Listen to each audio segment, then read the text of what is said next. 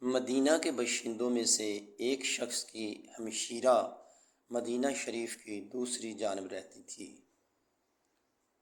وہ بیمار پڑ گئی۔ اس کا بھائی ہر روز اس کی عیادت کو جایا کرتا تھا، حتیٰ کہ وہ فوت ہو گئی اور وہ قبر میں دفن کر دی گئی۔ تدفین کے بعد وہ شخص واپس آ گیا۔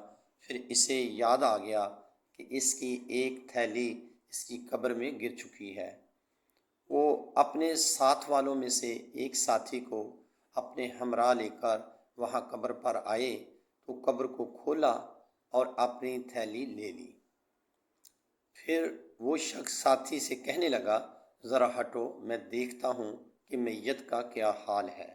لحد پر سے رکاوٹ کو دور کیا تو اس نے قبر میں آگ لگی دیکھی۔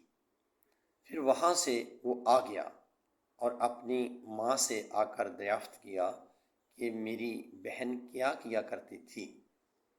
تو ماں نے بتایا کہ وہ اپنے اہل پڑوس کے دروازوں پر جا کر کان لگا کر ان کی گفتگو کو سنتی اور پھر لوگوں سے چغلی کیا کرتی تھی۔ تو اب معلوم ہو گیا ہے کہ وہ عذاب میں ہے، پس عذاب قبر سے جو محفوظ رہنا چاہے، اس کو غیبت و چغلی سے خود کو بچانا چاہیے۔